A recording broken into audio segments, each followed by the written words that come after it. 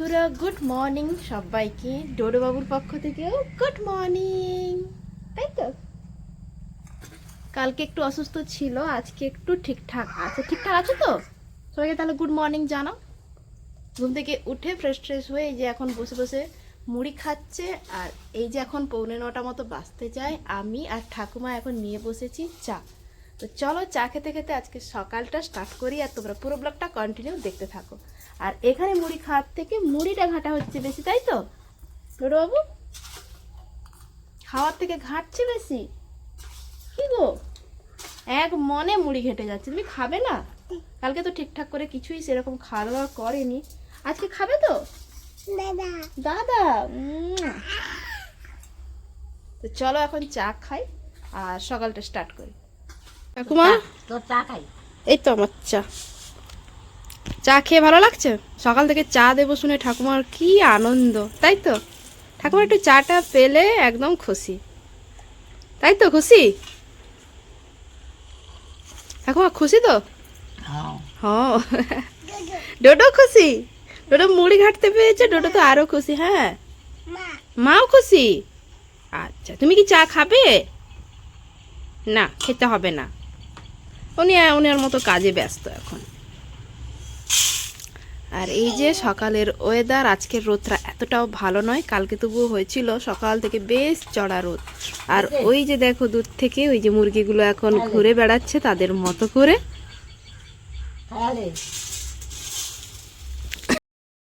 ওদিকে তো চা খাওয়া হয়ে গেছে, এখন এই যে লেগে পড়েছি কাজ করতে।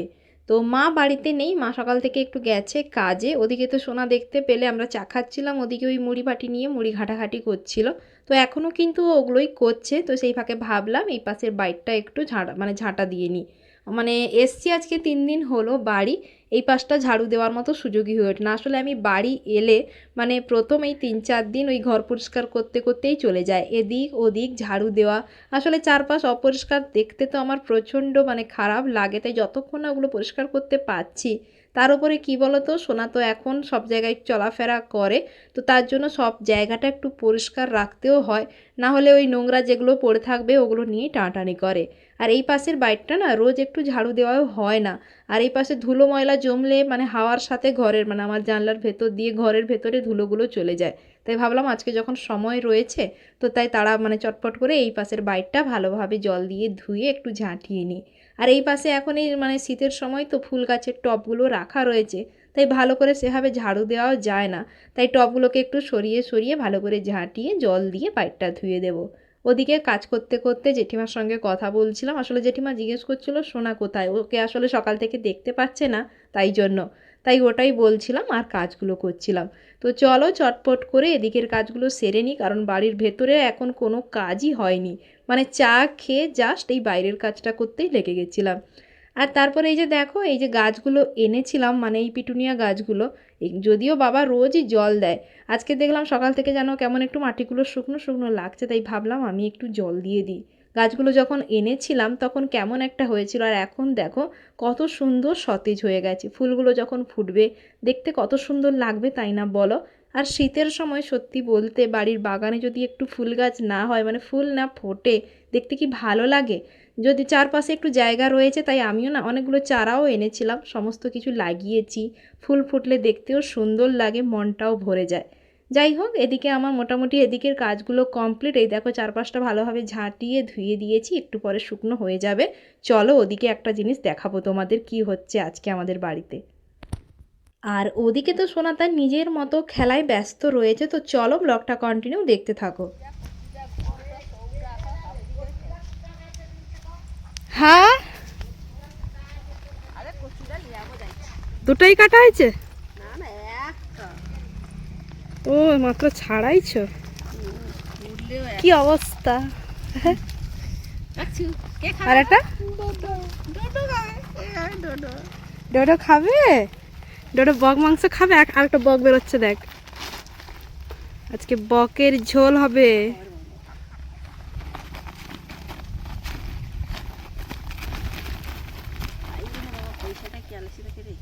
এই যে দেখ বক বেরিয়েছে। এরকম করে নিজের দিকে রাখি না, শালা ই করে ঠান্ডা করে মুখে এ দেওয়া ছিল। হ্যাঁ বক কই, ওই দেখ পাখনা নাড়ছে কেমন, দেখেছিস? তুই খাবি ডোডো? তুই বকের কি খাবি? সিদ্ধ ঝোল পেঁপে দিয়ে? হ্যাঁ, ডাক ডাক বককে ডাক। কিনে আনছে গো পয়সা দিয়ে। দেখতেই পেলে আজকে বাড়িতে কি রান্না হচ্ছে, মানে কি রান্না হবে। তো ওখানে আজকে মা বক এনেছে। তো বক কারা কারা খাও, মানে বকের মাংস কারা কারা খেতে পছন্দ করো একটু জানিও তো। আমি যদিও কখনো খাই না। তো মানে মা গেছিলো দোকানে বাজার করতে, তো ওখানে দোকানেই দুটো বক বিক্রি হচ্ছিল দেখে মা এনেছে। খুবই ছোট ছোট বক। তো অনেক ছোটোবেলা ওরা খেয়েছে, মানে আমার হাজব্যান্ডরা। তো অনেক দিন হয়নি, তো আজকে হঠাৎ পেয়ে নিয়ে এসেছি। আমি যদিও কখনো খাইনি, আর আজকে খাবো কি না মানে জানি না ঠিক। তো ওদিকে তো মা এগুলো কাটাকুটি করছিল। আজকে বক দিয়ে কচু দিয়ে ঘন্ট হবে। তো আমি তো খাবো না, আর ওদিকে বাবাও খাবে না, তার জন্য আমার আর বাবার জন্য একটু ডিম দিয়ে আলু দিয়ে কারি বানাচ্ছি। আর সোনার জন্য আর ঠাকুমার জন্য মাছের ওই পাতলা পাতলা ঝোল বানাবো। তো ওগুলোই এদিকে প্রিপারেশান করছিলাম। আর এদিকে দেখো ওইসব করছিলাম, আর এদিকে ওর এখন ইচ্ছে হয়েছে ফলের জুস খাবে, মানে কমলা লেবুর জুস। তো ওটাই এখন ওকে বের করে দিচ্ছি। তো এই যে এদিকে ডোডোবাবুর স্নান কমপ্লিট, সেজে গুজে টুক পরে একদম রেডি। এখন কটা বাজে জানো তো? 12:30টার বেশি হয়ে গেছে। ওদিকে ডিমের ঝোলটা বসিয়েছি, আর এদিকে ডোডোবাবু তো স্নান কমপ্লিট। এদিকে গ্যাসটা দেবো, ওকে নিয়ে বসে গেছে ওইগুলো। হ্যাঁ তুই সব বের করে ফেল। হ্যাঁ, কাশিটাও তো কমছে না, গলাটাও বসে বসে আছে, তাই গ্যাসটা তো কন্টিনিউ দিতেই হচ্ছে। আর এদিকে আমার অবস্থা, এখনো স্নান হয়নি, কিন্তু ডোডোবাবু তো স্নান কমপ্লিট করে ফেলেছো। তো চলো তুমি বাইরে খেলাধুলো করো, আমি স্নান করে আসি। অনেক বেলা হয়ে গেল বলতে বলতে। তো চলো চলো চটপটে গ্যাসটা দিয়ে দিই, চলো সবাইকে বলে দাও টাটা। আজকে তুমি কি খাবে? বক মাংস খাবে? আজকে ওর জন্য মাছের ঝোল হয়েছে, আর মাছের ঝোলে 2 পিস বক মাংস দেওয়া হয়। তুমি খাবে? তো দেখা যাক খায় কিনা। তো চলো এখন স্নান ফান করি, চলো টাটা করে দাও, টাটা। আমার রান্না বান্না হয়ে গেছে সোনার জন্য, আর এই যে ঠাকুমার জন্য মাছের ঝোল পাতলা পাতলা একদম সাদা। আর এদিকে যে ডিমের কারি। আমি তো খাই না বক মাংস, দেখে দেবো টেস্ট করবো, আর বাবাও খাবে না, তাই 2 পিস দিয়ে ডিমের কারি করেছি। এদিকে গ্যাস ফ্যাস সমস্ত কিছু পরিষ্কার হয়ে গেছে, এখন অনেক বেলা হয়ে গেল, চলো স্নান টান সেরে আসি। তো ওদিকে আজকে স্নান করে আস্তে আস্তে আমার অনেকটাই লেট হয়ে গেছে, প্রায় এখন ওই 1:45 মতো বাজতে যায়। আসলে আজকে সকাল থেকে না অনেক কাজই করে ফেলেছি, ওই বাইর মানে ঝাড় দেওয়া, ধোয়াধুয়ি ওই সব করতে করতে সকাল থেকেও অনেকগুলো জামা কাপড় কেচেছিলাম, এই যে ঘরের বেডশিটগুলো। তো ওইগুলো করেছি, ওইগুলোতে সময় গেছে। তার উপরে ওই যে মা বক কাটছিল, মানে বক এনেছিল ছাড়াচ্ছিল, ওই সব দেখতে গিয়েও অনেকটা সময় গেছে। তার উপরে ওই যে এক্সট্রা কিছু রান্নাবান্নাগুলো করছিলাম, তার জন্য না একটু লেট হয়ে গেছে। তো এই তখন বলছিলাম সোনাকে স্নান করাতে করাতেই 12:30টার বেশি হয়ে গেছে। ওদিকে তারপরে ওখানে মায়ের কাছে দিয়ে আমি গেছিলাম স্নান করতে। তো এখন এই যে ছাদে এসেছি জামা কাপড়গুলো মিলতে। তো আজকের যেই ব্লগটা এখন তোমাদের সঙ্গে শেয়ার করছি, এটা প্রায় ওই 7-8-9 দিন মতো আগে, মানে প্রায় 1 সপ্তাহ মতো আগে। তখন বাড়িতে ছিলাম, আর এখন তো আমি বাবার বাড়িও এসছি। মানে তখন বেশ রোদ হয়েছিল মাঝখানটা, মানে বাড়ি গিয়ে পরপর বড়িও দিয়েছিলাম। বাড়িও গেছিলাম, তোমাদের দাদাভাইয়েরও আসার কথা আছে, তার জন্য। সামনেই রয়েছে সোনার জন্মদিন, মানে 24শে ডিসেম্বর ওর জন্মদিন। যদিও 24শে ডিসেম্বর জন্মদিনটা ওর পেরিয়ে গেছে, তারপরেই ব্লগগুলো তোমাদের সঙ্গে পোস্ট করছি। যাই হোক, ব্লগটা পোস্ট করতে অনেকটাই লেট হলো, তো একটু কষ্ট করে দেখে নিও। আমার বর্মশাই ওর আসার কথা আছে। তো যাই হোক চলো, মানে ওখানে তারপরে সোনাকে খাওয়াবো, নিচে চলে এসছে। আজকে কি কি মেনু হয়েছে ওটাই দেখাচ্ছিলাম। ওই বক দিয়ে কচু দিয়ে ঘন্ট হয়েছে, আর এটা না একটা ঘন্ট জেঠিমাদের বাড়ি থেকে দিয়েছে। তো ওই সবই রান্না হয়েছে, আর ওদিকে তো ডিমের কারি ফারি হয়েছিল, তোমাদেরকে তো দেখিয়েছি। আর 1 বাটি, মানে বড় বাটির 1 বাটি ঘন্ট হয়েছে। আসলে বাড়িতে বেশ কয়েকজনও রয়েছে, তো সেই জন্য এতগুলো করেই রান্না হয়েছে।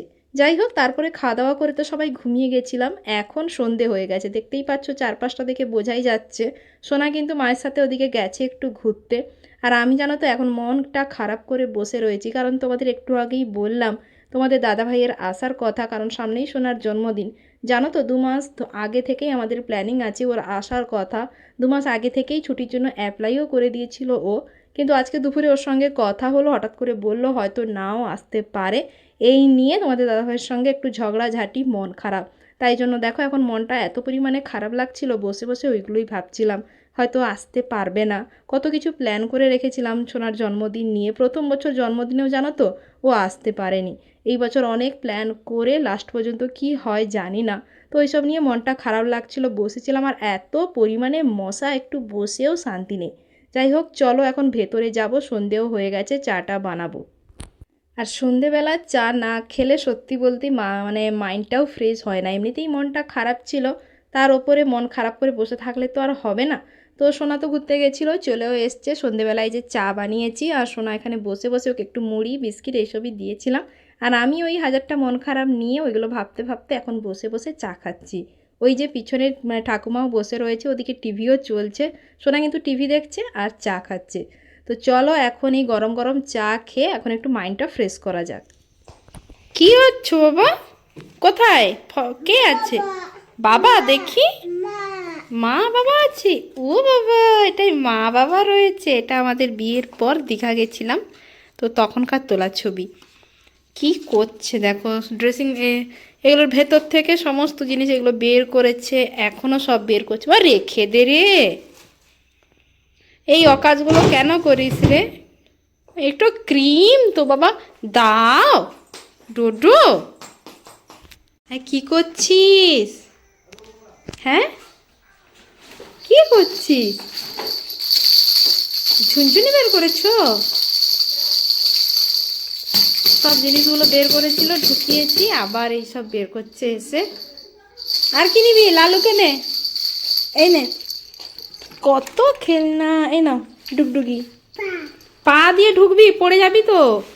কাণ্ড দেখো, পড়বি, দাঁড়া, বুঝবি তখন। পাগল ছেলে একটা।